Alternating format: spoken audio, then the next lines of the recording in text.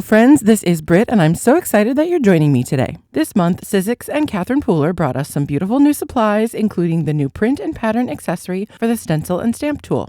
Upon opening the box, what you see laid out here on your screen is what you will receive. The main part of the tool consists of a hinge piece and an arm piece, and as you can see, the hinge slips right into the top section of the arm and locks into place. The rest of the starter kit consists of the stamping attachment, the stenciling attachment, a set of 3 mini stencils, and a coordinating mini stamp set. For today's project, we'll start with the set of 3 stencils and the stencil mount. First, you want to slide the stencil mount onto the arm of the tool. By pressing the small round button on the side of the stencil mount, you're able to move the mount freely until you get it into place. Then you release the button, which locks the accessory into its position. To use the print and pattern with your stencil and stamp tool, remove the door of the platform and set it aside. Then you'll line up the hinge piece with the cradle in the stencil and stamp tool, and with the print and pattern arm positioned straight up and down, the hinge should slip directly into the cradle of the stamp and stencil. Once fully seated, the arm of the print and pattern tool should be able to swing down and sit parallel to the platform. And bibbidi bobbidi boo, your platform is now a printmaking factory. Just apply cardstock to your sticky grid and you're good to start making. Unfortunately for me, during the shooting of this video, I ran out of space on my SD card. But by the magic of video editing, we are just going to jump to my second attempt, in which I choose to cut down my card base a little more and mask off the grid with some sticky notes. This is not a necessary step, it's just to keep my sticky grid a little bit more clean for photos and things like that. It's just purely for aesthetics, it's not functional. Colorful sticky grid is just proof that you made stuff. If you're familiar with this platform, you know that stencils are attached using a peg system. The print and pattern tool turns that peg system 90 degrees and is resized to be perfect for the Sizzix mini stencil line or any stencil of your choice using the mini stencil converters. For this project, I'm using the larger of the 2 diamonds from the starter kit, and I'll use a sticky note to mask off the smaller diamond. I decided to overlap the simple shapes in monochromatic color schemes because one of the things I love about this tool is that it doesn't just allow you to make one full continuous pattern, it also allows you to make small isolated patterns like the ones I'm creating here. All the projects I'm making today are utilizing Catherine Pooler's premium dye inks. This green color scheme consists of Deck the Halls, Lime Ricky, and Melon Ice. These will be linked below. This design is fairly straightforward. I started with my darkest green, using a large blending brush to fill in the entire shape. Then, using only the slide and click mechanism to move the arm over one position, I cleaned and reinstalled the stencil in the new position and repeated with my stencil brush using a mid-tone ink. I then repeated these steps once more using the lightest green. As you can see, the tool enables me to keep my stencil lined up both horizontally and vertically, if that's what I want. But instead, I decided to create the same pattern of 3 while offsetting the design in the next row instead of keeping them square. Basically, the pattern I was creating was a series of 3 equidistant diamonds, a pattern I was able to perfectly replicate no matter where I put it on my card front due to the way that this tool is designed. Yes, of course, an evenly spaced, squared off pattern is what this tool does natively, and that is what we think of when most people say the word pattern. But with this project, I wanted to help you expand that definition, because sometimes a pattern is just a repeating motif. And in this case, I used that motif as a design element, placing it in an asymmetrical visual triangle, abiding by the rule of thirds. The monochromatic color scheme gives us unity, and we round it out with a double dose of repetition, both in the 3 diamond motif, as well as the ability to perfectly replicate that motif, which is given to us by the function of the print and pattern tool. These principles of design help me create instant balance and visual appeal. Boy, that was a lot of technical stuff, wasn't it? Basically, the print and pattern tool helps us make this design work and gives us the ability to create patterns and prints without any advanced technical knowledge. But let's add some butterflies, shall we? Oh boy, things got really serious in the middle there, didn't they?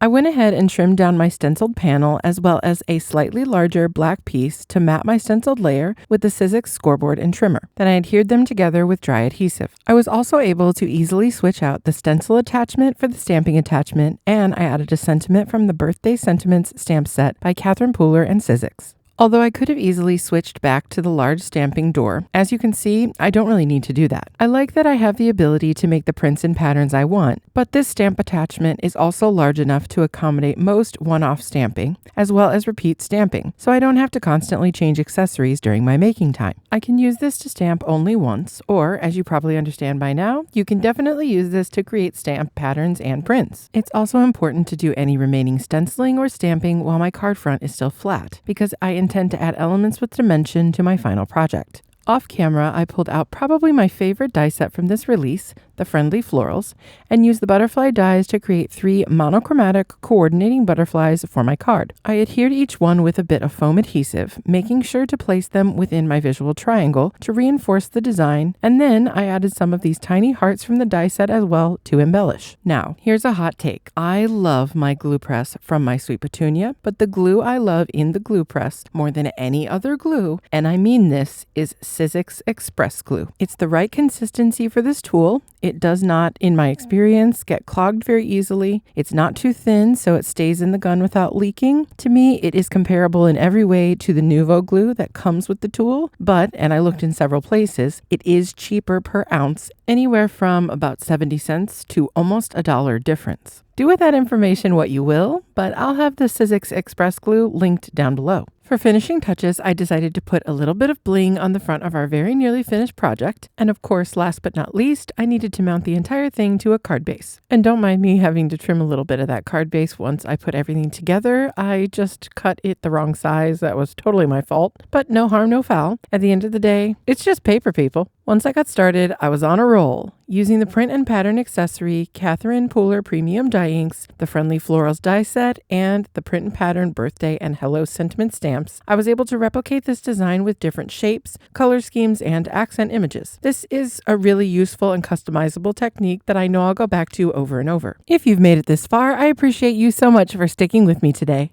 I know it got a little nerdy there in the middle. But I hope you enjoyed the final product and maybe even learned a little something, even if it's just how amazing the new print and pattern accessory is. If you wanted to add any of the fabulous new Catherine Pooler collection, Sizzix making essentials, or other supplies to your stash, the links are in the description box below. When you follow those links before you shop, it really helps me out, so I appreciate it when anyone chooses to do so. Links to my other social media are all below, and please like, comment, and subscribe to this channel, and hit that notification bell so you don't miss any future uploads. See you next time, friends. Bye.